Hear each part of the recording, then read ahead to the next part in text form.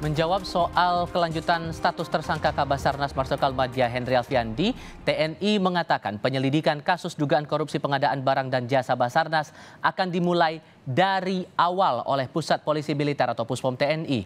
Dalam konfirmasi via sambungan telepon, Kepala Pusat Penerangan TNI Laksamana Muda Julius Wijoyono mengatakan proses penyelidikan kasus tetap menjunjung asas praduga tak bersalah kepada setiap pihak yang diperiksa. Beberapa kali Julius menegaskan semua pihak harus mematuhi aturan dan prosedur hukum yang berlaku. Sebelumnya, Komisi Pemberantasan Korupsi mengaku khilaf atas penanganan kasus Henry karena penetapan tersangkanya tidak dikoordinasikan dengan Puspom TNI. Dari serangan ke Puspom TNI, ya kan? Kalau dari serangan Puspom TNI, maka Puspom TNI berdasarkan LP tadi melakukan tindakan penyidikan dan seterusnya, bila terbukti baru tetapkan tersangka. Yang disebutkan dengan melanggar hukum, melanggar hukum, itu adalah tadi belum ada proses seperti itu, kok tiba-tiba ditentukan tersangka. Dari mana alurnya? Oke, berarti bakal mulai dari awal lagi apa ya, kemungkinannya begitu ya? Dari Puspomnya? Ya pasti. LP baru diberikan Jumat kemarin. Tadi dari mulai Jumat kemarin, itu yang disidik dulu adalah Letkol ABC. Letkol ABC akan berkembang. Kemana larinya uangnya dan sebagainya. Asas praduga tak bersalah, itu harus ditekankan, dipakai bener, jangan ngawur.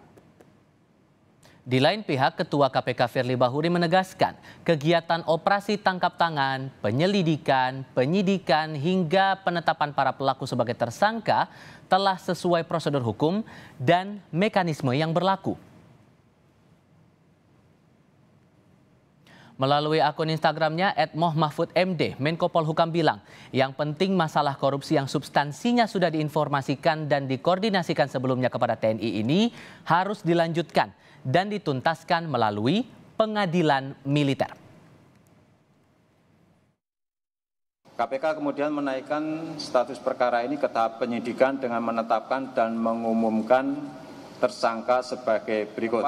HA, Kabasarnas RI periode 2021 sampai dengan 2023, dan yang kelima ABC, Korsmin Kabasarnas RI. Buntut dari penetapan Kabasarnas sebagai tersangka, rombongan Puspom TNI Jumat siang mendatangi gedung KPK untuk berkoordinasi dengan pimpinan KPK terkait penetapan tersangka terhadap Kepala Basarnas Marsdia Henry Alfiandi dan Letkol Afri Budi Cahyanto. Setelah berkomunikasi, KPK mengakui khilaf menetapkan tersangka Kepala Basarnas. Kini KPK menyerahkan kasus hukum dugaan suap yang menyeret nama Kepala Basarnas sebagai tersangka pada pihak TNI. Nah, ketika ada melibatkan militer, maka sipil harus menyerahkan kepada militer. Di sini ada kekeliruan, kehilafan dari tim kami yang melakukan penangkapan. Oleh karena itu kami dalam rapat tadi sudah menyampaikan kepada teman-teman TNI, kiranya dapat disampaikan kepada Panglima TNI dan jajaran TNI. Atas kekhilafan ini kami mohon dapat dimaafkan, dan ke depan kami akan berupaya kerjasama yang baik antara TNI dengan KPK dan aparat penegak hukum yang lain dalam upaya penanganan pemberantasan tindak pidana korupsi.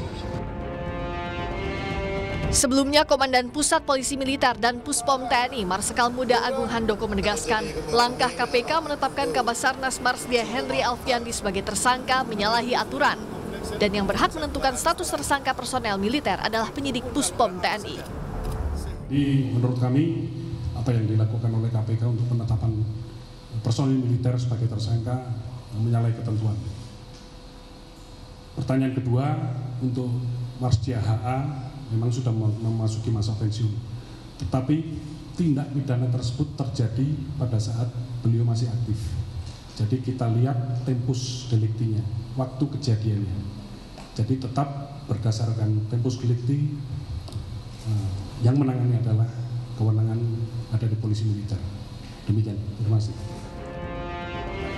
Peneliti Pusat Kajian Anti Korupsi UGM Zainur Rohman mengkritisi KPK perlu bangun komunikasi kerjasama dengan POM TNI karena ada sipil dan militer terlibat dalam kasus itu, serta perlu dibentuk tim penyidik dan pengadilan koneksitas. Iya, tentu ini KPK perlu untuk membangun komunikasi dan kerjasama dengan baik, khususnya dengan POM TNI. Kenapa? Karena ada pelaku dari kalangan sipil dan ada pelaku dari kalangan militer. Dalam hal ada penyertaan seperti ini, artinya tindak pidana dilakukan bersama-sama antara sipil dan militer, perlu dibentuk tim penyidik koneksitas, dan peradilannya pun harus peradilan koneksitas.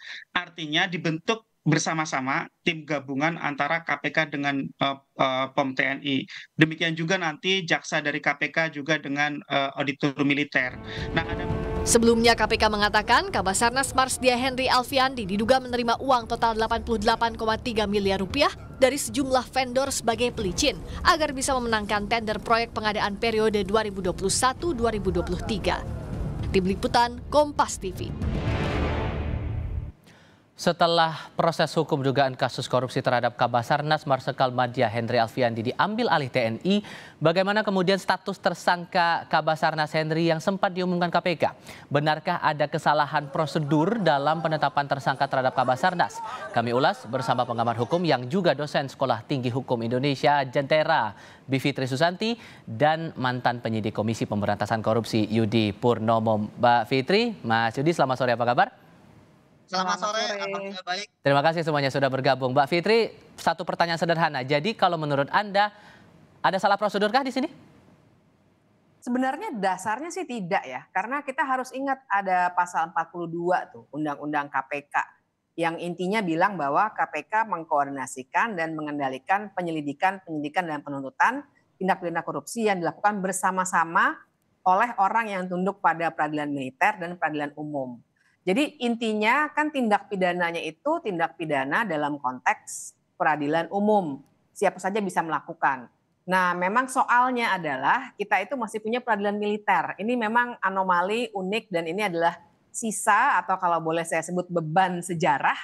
Kita masih punya peradilan militer sehingga kalau pelakunya ada yang anggota TNI, maka memang biasanya akan dibentuk yang tadi sudah disebutkan oleh peneliti Pukat. Namanya kalau ada penyertaan begitu ya, itu namanya ada tim koneksitas. Jadi ada sipilnya, ada militernya. Nah tapi karena tindak pidananya tindak pidana korupsi, ini kan bukan nggak ada urusan dengan militer. Kan jabatannya sebenarnya juga jabatan sipil Kabasarnas ya. Jadi ada lazim saja dan sesuai dengan Undang-Undang Tipikor untuk dilaksanakannya pada pokoknya dikoordinasikan oleh KPK. Nah, tapi saya perlu menyebutkan karena kondisi peradilan militer tadi biasanya akan ada koordinasi lah, ada dalam eksposenya biasanya sudah ada koordinasi, kemudian dalam penetapan tersangka ada koordinasi dan lain sebagainya. Dan saya kira di sini ada sedikit miskomunikasi. Tapi saya harus beri catatan, menurut saya KPK tidak sepatutnya juga minta maaf. Gitu ya, poin saya di situ minta maafnya itu. Kenapa? Karena sebenarnya ia tengah menjalankan tugasnya dan kalau memang ada hal-hal yang harus dijernihkan dan setahu saya juga sudah direncanakan akan dibuat tim penyidik koneksitas ini, ya seharusnya langsung jalankan saja karena kita harus berpegang pada ini tindak pidananya apa. Karena dalam Undang-Undang Peradilan Militer pun sebenarnya sudah jelas tuh. Kalau yang terkait dengan tindak pidana yang ada kaitannya dengan sipil, maka yang digunakan adalah mekanisme di peradilan umum. Sekalipun status orang yang terlibat di sini jabatannya masih anggota aktif TNI, tapi jabatan di struktur sipil, maka peradilan militer jadi tidak tepat menurut Anda, begitu? Secara Undang-Undang Peradilan Militer bilangnya begitu. Bahwa harus ada koordinasi karena kita punya Undang-Undang Peradilan Militer, iya. Tindak pidananya tapi ini bukan tindak pidana dalam konteks militer. Oke, kalau menurut Anda, Mas Yudi, sebagai mantan penyidik KPK, siapa yang patut bertanggung jawab untuk mengusut kasus ini sebetulnya? Ya tentu saja pimpinan KPK. Ingatlah bahwa OTT itu bukan artinya penyelidik bergerak sendiri ya. Itu ada proses awalnya, dimulai dari adanya laporan dari masyarakat. bahwa di suatu instansi ada penyelenggara negara yang akan menerima suap. Disitulah kemudian melapor kepada pimpinan KPK dan dibuat surat perintah penyelidikan. Ya, ketika pimpinan KPK setuju, surat perintah penyelidikan inilah dasarnya. Sehingga di situ ya pimpinan KPK sudah mengetahui bahwa ada calon penyelenggara negara, ya kan, yang istilahnya di suatu instansi yaitu Basarnas ya yang diduga akan menerima, dan di situ kan profilnya jelas disebutkan siapa calonnya, apa yang akan menerima suap dan sebagainya. Nah kemudian ketika tim pun turun ke lapangan ya ataupun menyadap ataupun merekam pembicaraan, pasti selalu memberikan progress reportnya kepada atasannya, ya tentu saja secara berjenjang akan melaporkan kepada atasannya lagi hingga kepada pimpinan. Dan ketika ditangkap ya itu sudah jelas gitu kan, barang buktinya ada, pelakunya ada, kemudian perkaranya ada, yaitu pengadaan barang dan jasa, sehingga tidak bisa lagi mereka tidak tahu gitu kan ini ada kekhilafan, karena begitu ditangkap ya siksa ya dalam proses penyelidikan ya ketika OTT, maka akan langsung dilaporkan dalam bentuk gelar perkara kepada pimpinan. Di situ semua disampaikan apa barang buktinya, berapa miliar uangnya, ya siapa saja yang terlibat, siapa saja yang menjadi saksi, ya yang kemudian dokumen-dokumen apa yang didapatkan, yang akhirnya nanti di forum ekspos itu yang hadir adalah penyelidik, penyidik, penuntut, ya kemudian ada direkturnya, ya direktur penyelidikan, penyidikan, penuntutan, deputi penindakan, dan ada pimpinan. Itu ahli hukum semua. Dan di situ ya ada perdebatan biasanya yang form di situ ya ketika statusnya naik ke penyidikan maka akan ditemukan siapa itu akan ada tersangkanya seperti itu. Jadi kalau saya melihat tidak ada yang salah gitu kan. Ingat loh, ada dua hal yang penting di sini, yaitu masalah formil, oke, ada perdebatan. Itu bisa kita ini kan lah. Tapi ingat yang paling penting adalah materialnya, yaitu tindak pidana korupsinya. Baik. Jangan sampai perdebatan kita masalah minta maaf, masalah menyalahkan apa namanya penyelidik, tidak buyar semua. Ingat, KPK sudah menetapkan pemberi. Baik. Ya kan, setiap penerimanya aja, tidak mungkin kejahatan suap menyuap, ada pemberi tidak ada penerima. Baik. Seperti itu. Oke. Dari pihak TNI sudah datang kemarin ke KPK meminta konfirmasi audiensi, sampai pada akhirnya terakhir saya menerima kabar dari pihak TNI, dari Kapuspen TNI langsung bahwa proses penyelidikannya Mbak Fitri akan ditangani Puspom dari awal. Jadi akan proses penyelidikan dari awal. Jadi menurut Anda bagaimana itu kemudian? Setelah sebelumnya KPK sudah menetapkan tersangka Kabasarnas. Ya, saya kira ini patut disayangkan ya. Ada dua hal nih Mas yang perlu kita bongkar. Yang pertama itu asumsi publik barangkali ya, makanya pemirsa semua harus dijernihkan dulu nih. Yang namanya OTT itu bukan yang nggak sengaja terus nangkep orang. OTT itu seperti dijelaskan oleh Mas Yudi barusan, itu prosesnya panjang. Jadi pimpinan itu nggak mungkin nggak tahu bahwa ada seorang yang punya keanggotaan militer itu akan di OTT gitu ya. Dan kemudian juga yang harus diketahui dari diskusi yang sudah kami lakukan dalam beberapa forum tertutup, sebenarnya juga sudah ada koordinasi dengan pihak TNI. Nah, tapi ada sedikit miskomunikasi kemudian yang terjadi. Nah, kemudian yang kedua, kita juga harus jernihkan di kepala kita bahwa tidak boleh ada pihak-pihak atau kelompok di NKRI ini yang kebal hukum. Ya, artinya betul bahwa dia anggota TNI harus ada prosedur tersendiri, tapi bukan berarti ia jadi tidak boleh disentuh oleh aparat penegak hukum biasa. Nah, jadi saya kira patut disayangkan seandainya diulang dari awal. Tapi yang saya dengar memang akan dibentuk dan ini lazim dilakukan yang namanya tim koneksitas tadi. Jadi akan ada tukar menukar barangkali ya alat bukti dan bangunan kasusnya dan lain sebagainya. Sehingga kalau dikatakan dari awal, saya kira tidak akan betul-betul dari nol, tapi seperti saya katakan tadi, sesungguhnya TNI juga bukannya belum tahu sama sekali tuh kalau dari diskusi yang sudah kami lakukan. Karena OTT itu tidak tiba-tiba nangkep orang begitu ya, tidak seperti itu. Pasti ada prosedur pendahuluannya. Oke, jadi jawaban singkatnya untuk pertanyaan saya ini Mbak Fitri, untuk penetapan tersangka oleh KPK ini tidak bisa langsung digugurkan ya? Singkat saja, iya atau tidak? penetapan tersangka oleh KPK. Saya kira dalam konteks kesalahan prosedur bisa ada tindakan hukum yang dilakukan. Baik, oke. Mas Yudi, dengan polemik ini, mungkin Anda mendapatkan informasi juga dari teman-teman penyidik yang masih berada di KPK. Apa respon dari teman-teman penyidik soal ini? Ya tentu kan sedang ramai ya informasi misalnya Direktur Penyidikan gitu kan, sekaligus PLT Deputi Tindakan kan diinformasikan mundur gitu ya. Tapi bagi saya berharap bahwa isu itu tidak benar.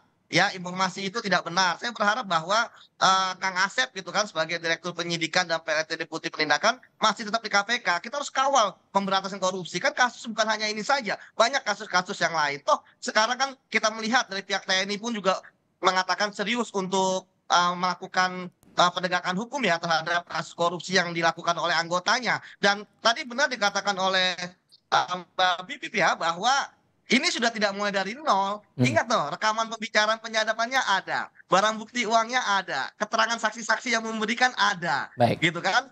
Nah, jadi istilahnya sekarang yang harus dilakukan bahwa pegawai KPK ya walaupun kemarin disalahkan oleh pimpinan KPK, mereka sekarang harus gitu kan, moralnya nggak boleh runtuh ya, bahwa mereka bisa melihat ya bagaimana ciri pimpinan sekarang seperti itu. Oleh karena itulah maka saya mengatakan bahwa karena pimpinan sekarang suka menyalahkan pegawai, makanya pegawai harus juga mawas diri bahwa mereka harus tegak lurus dengan aturan, mereka tidak boleh salah, mereka tidak boleh menyimpang dan lain sebagainya. Intinya saya minta nggak ada lah pegawai KPK yang mundur gara-gara kasus ini, seperti itu.